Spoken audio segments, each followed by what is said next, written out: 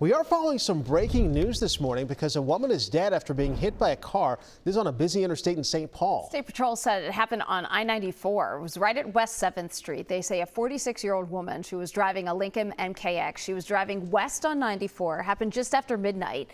They say the driver then hit a 26-year-old woman in the center lane of the road. She died from her injuries. We'll continue to follow the developments in this deadly crash. So a local sheriff says she's being threatened to be arrested for how her office handled the ICE surge. A New York Times report says federal immigration officials recently started saying they would criminally charge Hennepin County Sheriff DeWitt and a sheriff along in Chicago as well. Our Barrett Leone joins us now with these allegations. And also, Barrett, how is the sheriff responding to all this? Yeah, good morning, AJ, Heather. This disagreement all stems from when Hennepin County turns people over to ICE.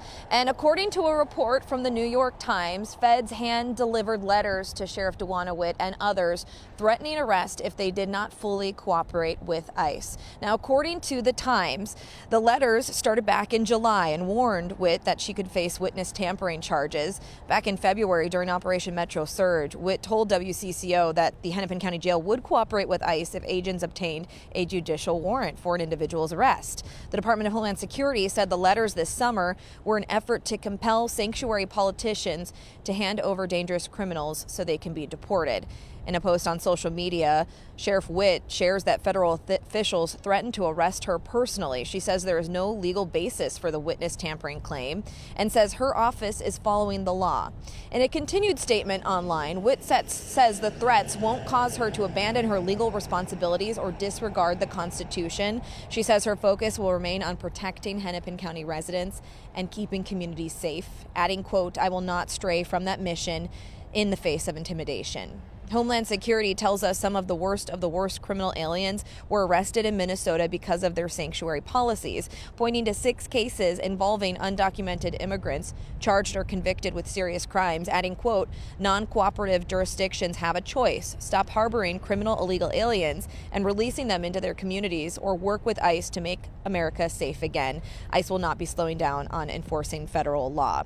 Now, you might remember that Sheriff Witt considered opening the door to limited work with ICE during Operation Metro Surge if it would mean that Metro Surge would end. However, she did tell the New York Times that now more than ever she is confident that her agency, her department, should not work with ICE. Certainly interesting. We'll see if the feds follow through with any of this stuff. All right, Barrett, thank you. We're also following a more than 6-hour-long standoff with SWAT that ended in Isanti, with the suspect being taken into custody, and now the BCA is investigating use of force. So gunfire near a home led evacuations for neighbors. One woman who lives in the area says that she wasn't surprised to hear which house it was happening at. When I got home from the grocery store, I got to the neighborhood, everything's blocked off.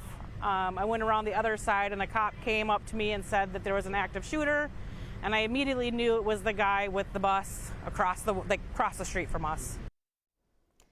So you talk about the guy with the bus there. Cambridge Isanti schools say that that is not an active bus from their fleet. New this morning, we know that more than 6 hours into the negotiations, an Anoka SWAT team member did shoot at the suspect. No injuries, though, reported. We're told by the Isanti County Sheriff that the BCA is processing the scene. He says that neighbors were able to go back into their homes last night. A large homeless encampment is now cleared in St. Paul, but the work is not over just yet. Let's get you to the live desk right now. Maria Lisignoli joins us now. Maria, the city and its leaders still have a lot more work to do. Yeah, that's right. Pig's Eye Park was one of the largest encampments in St. Paul. And even with it clear, shelter beds remained open overnight. Here's a look inside the Union Gospel Mission, who had 24 open beds last night. Outreach workers there said at least half the people camping at the park declined shelter and moved over to a new campsite. Many people started showing up to that nearby campsite over the intersection of Shepherd and Randolph. Still, we know at least one man did take the help from Union Gospel Mission. He took a first hard step, man, to do the right thing. And so I know my staff is going to take care of him, and I'm just going to give him some special attention because out of all the people that could have came in, he came in today. So we're going to love on him. We're going to love him back to life. Liz said they plan to clear other encampments, though they haven't shared a timeline. The city has cited safety as the reason for the closures, pointing to over 850 911 calls from the camps in the last year. Of course, we're going to continue following these encampment clearings and update you with the latest information as we get it. Because we know that St. Paul plans to clear more of them too. All right, Maria, thank you. So in less than a week, voters will decide the top 2 picks for Minnesota governor. Over at Farm Fest, all eyes were on the now former MyPillow CEO Mike Lindell and his endorsement from President Trump. In an unusual format, Farm Fest featured all the major candidates for governor on the same stage. Senator Amy Klobuchar, the DFL-endorsed candidate, sat next to the 3 Republicans who are fighting each other to win for next week's primary for the chance to run against Klobuchar. The Republicans are House Speaker Lisa Demuth, businessman Mike Lindell, and the GOP-endorsed candidate businessman Kendall Qualls. In recent days, the GOP governor's contest has focused on controversies surrounding the GOP frontrunner Mike Lindell. So the GOP party chair is even questioning if Lindell meets Minnesota residency requirements. And Lindell's pillow giveaways, these ones you see right here during parades, they're facing separate legal challenge.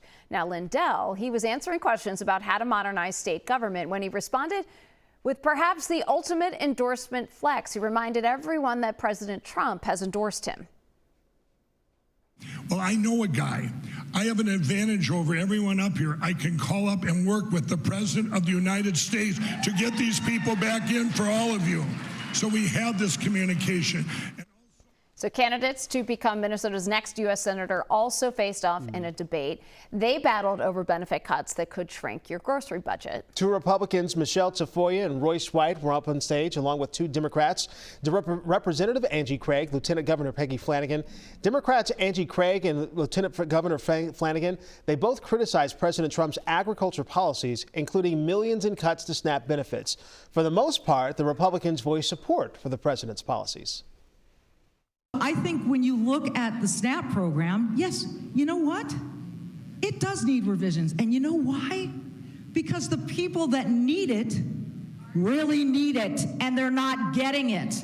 And when you hollow it out with fraud, that does nobody any good. Republicans cut $187 billion from the SNAP program. We have already seen 5 million people lose access to their benefits. And I'll just say it is so clear to me that Michelle Tafoya doesn't understand how SNAP works.